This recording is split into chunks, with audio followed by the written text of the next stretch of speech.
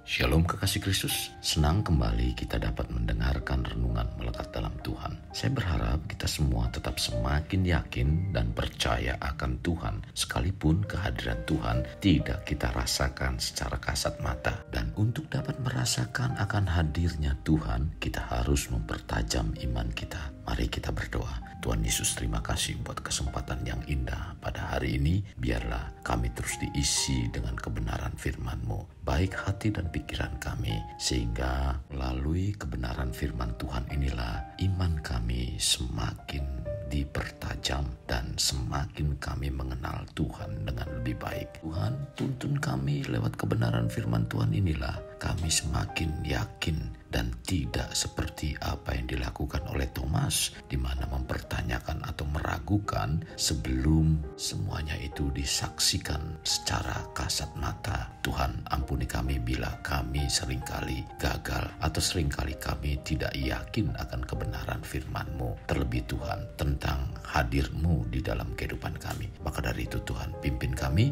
supaya kami memiliki iman yang kuat walau kami belum melihatnya. Inilah doa kami, dalam nama Tuhan Yesus kami berdoa. Amin. Melekat dalam Tuhan bertema bukti keberadaan Tuhan dalam Alkitab. Firman Tuhan terdapat dalam Kolose 1 ayat 16, demikian firman-Nya.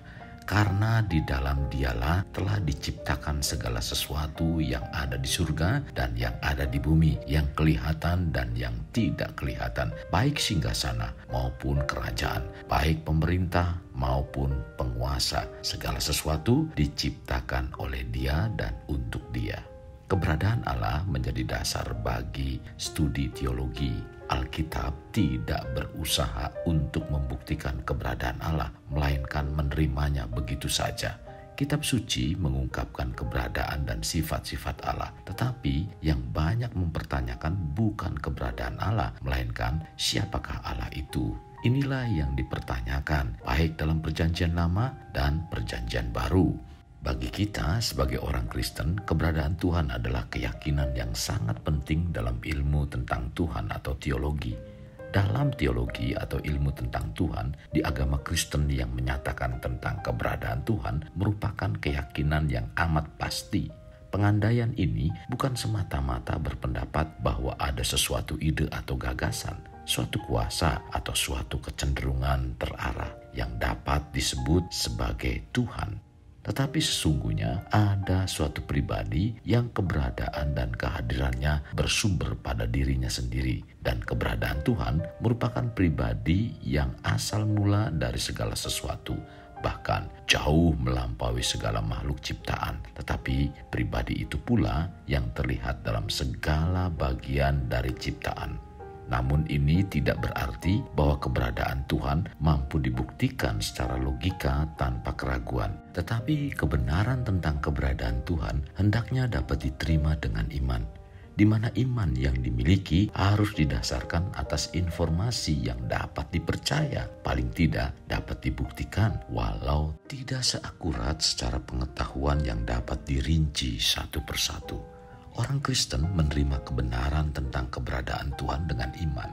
Tetapi iman ini bukanlah iman yang buta, melainkan yang berdasarkan bukti. Dan bukti itu ditemukan pertama-tama dalam Alkitab sebagaimana firman Tuhan yang diinspirasikan dan dalam wahyu Tuhan pada alam semesta.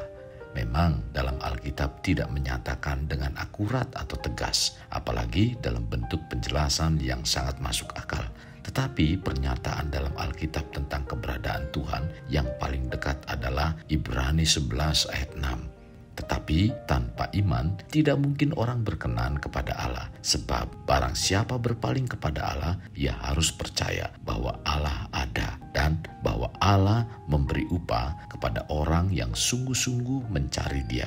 Keyakinan terhadap keberadaan Tuhan dalam pernyataan awal di Alkitab dalam Kejadian 1 ayat 1. Pada mulanya Allah menciptakan langit dan bumi.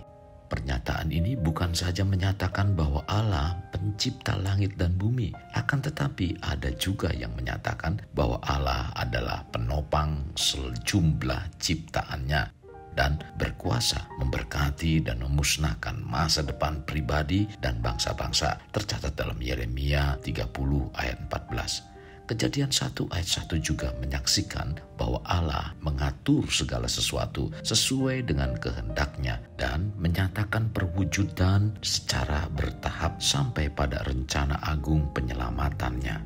Berbicara tentang keberadaan Tuhan, hampir seluruh Alkitab Allah menyatakan dirinya dalam firman-firman maupun tindakan-tindakan. Wahyu Allah ini adalah dasar dari iman kita tentang keberadaan Allah dan membuat iman tertentu seluruhnya bersifat masuk akal.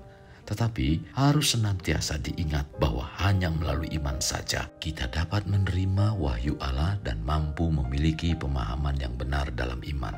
Yohanes 7 ayat 17 mengatakan, barang siapa mau melakukan kehendaknya, ia akan tahu entah ajaranku itu berasal dari Allah, entah aku berkata-kata dari mulutku sendiri. Hosea 6 ayat 3 mengatakan, orang-orang yang tidak percaya tidak memiliki pengetahuan yang benar tentang firman Tuhan. Keberadaan Allah tidak dapat dibuktikan ada atau tidak ada. Alkitab menyatakan bahwa kita harus menerima fakta bahwa Allah itu ada melalui iman, tercatat dalam Ibrani 11 ayat 6. Jika Tuhan menghendakinya, ia dapat muncul dan membuktikan kepada seluruh dunia bahwa ia benar-benar ada. Tetapi jika Tuhan melakukan pembuktian yang demikian, maka kita tidak memerlukan iman. Itu sebabnya Yesus mengatakan pada Thomas yang ragu mempercayai Tuhan. Tercatat dalam Yohanes 20 ayat 29, kata Yesus kepadanya, karena engkau telah melihat aku, maka engkau percaya. Berbahagialah mereka yang tidak melihat namun percaya. Kekasih Kristus, sekalipun keberadaan Tuhan tidak tertulis secara jelas di Alkitab, ini tidak berarti bahwa sama sekali tidak ada bukti tentang keberadaan Allah. Alkitab dalam Mazmur 19 ayat 1-4a menyatakan, langit menceritakan kemuliaan Allah dan cakrawala memberitakan pekerjaan tangannya. Hari meneruskan berita itu kepada hari dan malam menyampaikan pengetahuan itu kepada malam. Tidak ada berita dan tidak ada kata. Suara mereka tidak terdengar, tetapi gemak mereka terpancar ke seluruh dunia dan perkataan mereka sampai ke ujung bumi. Banyak orang yang mengklaim menolak keberadaan Allah karena tidak ilmiah atau karena tidak ada bukti. Namun kenyataannya adalah ketika mereka mengakui adanya Allah, mereka harus menyadari bahwa mereka harus bertanggung jawab padanya dan membutuhkan pengampunan dari Allah. Tercatat dalam Roma 3 ayat 23, Roma 6 ayatnya yang ke-23. Jika Allah ada, maka kita harus mempertanggungjawabkan segala perbuatan kita kepadanya. Jika Allah tidak ada, maka kita dapat melakukan apa saja tanpa harus khawatir akan hukuman atau penghakiman Allah. Itulah mengapa banyak memilih untuk menolak keberadaan Allah dan memegang erat teori evolusi naturalis. Karena hal itu menjadi alternatif terhadap kepercayaan dalam Allah pencipta. Allah itu ada dan pada dasarnya semua orang menyadari akan keberadaannya. Di manakah kita ingin mengenal lebih lagi tentang keberadaannya? Tentunya kita harus membaca dan mempelajari Alkitab. Kekasih Kristus, mari kita bawa hidup kita menjadi pribadi yang dapat memerdekakan orang dari belenggu kehidupan, layaknya terang yang menerangi kegelapan. Karena itulah yang Tuhan inginkan pada kita sebagai warga kerajaan. Mari kita berdoa. Tuhan Yesus, terima kasih buat firman yang Kau sampaikan melalui renungan ini. Sungguh sangat memberkati kerohanian kami dan membuka pikiran kami, Tuhan. Memang Alkitab tidak menjelaskan tentang keberadaan-Mu secara jelas, melainkan itu semua sudah dinyatakan dan disampaikan oleh kebenaran firman-Mu. Untuk mempercayai akan Engkau, harus kami melakukannya dengan iman. Maka dari itu Tuhan, pimpin kami supaya iman kami semakin kuat dalam Engkau dan bawa kami untuk terus semakin diisi dengan kebenaran firman-Mu agar kami memiliki satu keyakinan yang teguh. Allah itu ada dan selalu ada dalam setiap kehidupan kami. Tuhan, terima kasih buat firman Tuhan. Ampuni kami Tuhan. Pimpin kami supaya kami dapat terus melangkah lebih lagi dan lebih mengenal Engkau di dalam iman percaya kami. Terima kasih Tuhan Yesus. Dalam nama Tuhan Yesus kami berdoa. Amin. Kasih Kristus, mari kita akhiri dengan mengendahkan kedua tangan kita.